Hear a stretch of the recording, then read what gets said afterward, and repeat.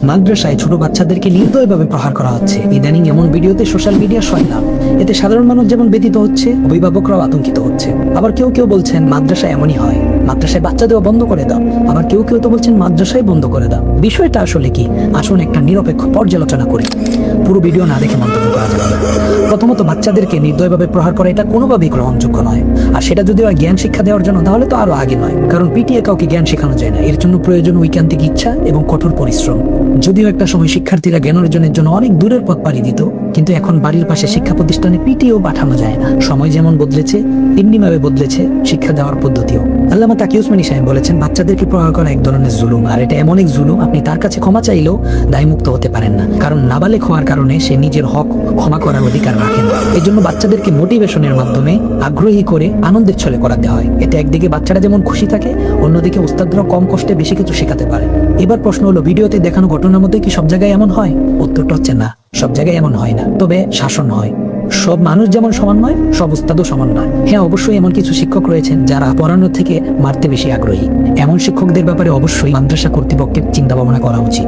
এবার আসে শিক্ষকদের বিষয়টাতে। তার আগে একটু কল্পনা করুন, আপনার কয়েকজন বাচ্চা রয়েছে, এর মধ্যে একজন খুবই দুষ্ট, সারাদিন শুধু দুষ্টুমি করে, অন্য ভাই বোনদেরকে খোঁচায়, অন্য মানুষদেরকে কষ্ট দেয়। সারাদিন মানুষ শুধু আপনার কাছে বিচার নিয়ে আসে। কি তখন কেমন মনে হয়? মেজাজ হারিয়ে ফেলেন না? হয়তো কখনো কখনো মেরেও বসেন। আপনার সেই দুষ্ট বাচ্চাটাকে যখন মাদ্রাসায় দেন, শুধু আপনি নয়, আপনার মতো অনেক মানুষ যখন তাদের দুষ্ট বাচ্চাকে মাদ্রাসায় দেয়, তাদেরকে সামলে রাখার দায়িত্ব কিন্তু মাদ্রাসা শিক্ষকদের। তারা যে কিভাবে এই বাচ্চাদেরকে সামলে রাখেন, এটা একমাত্র তারা এবং আল্লাহ তাআলাই ভালো জানেন।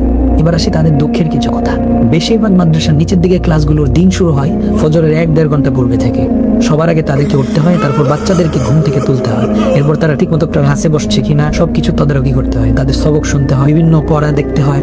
এভাবে চলতে চলতে 9:30-10টার দিকে তারা আবার ঘুমের ছুটি পায়। কিন্তু তখনই তারা ঘুমাতে পারেন না, কারণ বাচ্চারা ছুটির পর এক একজন এক এক জায়গায় চলে যায়। তাদেরকে খুঁজে খুঁজে এনে বিছানায় শোয়াতে হয়। শেষ বাচ্চারাও বিছানায় শোয়ার আগ পর্যন্ত উস্তাদ ঘুমাতে পারেন না। এভাবে 2.5 ঘন্টা বা 3 ঘন্টা ঘুমের সময়ের 1 ঘন্টায় চলে যায়। এরপর নিজে ঘুমানোর পর বাচ্চাদের আগে ঘুম থেকে উঠতে হয়, কারণ তাদেরকে ডেকে তুলতে হবে। এভাবে তাদেরকে গোসল করিয়ে ক্লাসে বসিয়ে তাদের পড়াশুনে জোহরের নামাজ পড়ে খেয়ে দিয়ে যখন আসরের সময় হয়, আসরের সময়ের পরে যে ফ্রি টাইমটা, সেখানেও তারা কোনো ফ্রি টাইম পায় না। পরিবারের সাথে যোগাযোগ করার সময়টুকু তারা পায় না। বাচ্চারা কে কোথায় কি করছে, কে কাকে মেরে দিচ্ছে, কে কাকে গালাগালি করছে, এগুলোর বিচার আর নালিশ শুনতে শুনতেই সময় চলে যায়।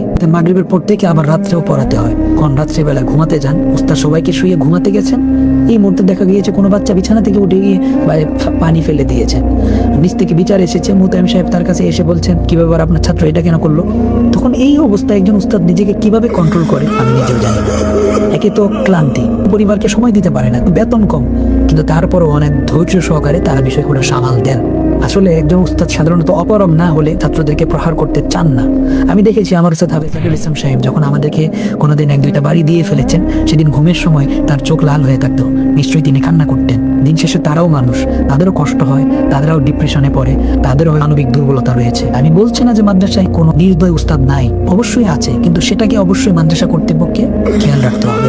কোনো ছাত্র যদি দুষ্টামি বেশি করে, তাহলে তার গার্জিয়ানকে ডেকে এনে তাকে বুঝিয়ে দিন। মাদ্রাসা কর্তৃপক্ষকে বলবো, আপনারা উস্তাদদেরকে রোবট বানাবেন না, তাদের কাজগুলোকে ভাগ করে দেন। অভিভাবকদেরকে বলবো, আপনারা বাচ্চাদেরকে মাদ্রাসায় দিয়ে দায়িত্ব শেষ হয়ে গিয়েছে মনে করবেন না। সবচেয়ে ভালো হয় যদি তাদেরকে অনাবাসিক রেখে পড়াতে পারেন। অন্যথায় এতটুকু দূরত্ব রাখবেন যেন সপ্তাহে অন্তত 2 দিন যেতে পারেন। আপনি যদি নিয়মিত মাদ্রাসায় যাতায়াত করেন, তাহলে আপনার সন্তানের অনেকটাই নিরাপদ হয়ে যাবে, প্রহার করার সুযোগ পাবে না। আর এই সমস্ত ঘটনা দেখে প্যানিক হবেন না, কারণ এগুলো 1000-1-2টা হয়। আর এটাকেই অনেকে পুঁজি করে এখন মাদ্রাসার বিরুদ্ধে লাগার জন্য চেষ্টা তদবির করছে। আল্লাহ আমাদেরকে বুঝার তৌফিক দান করুন।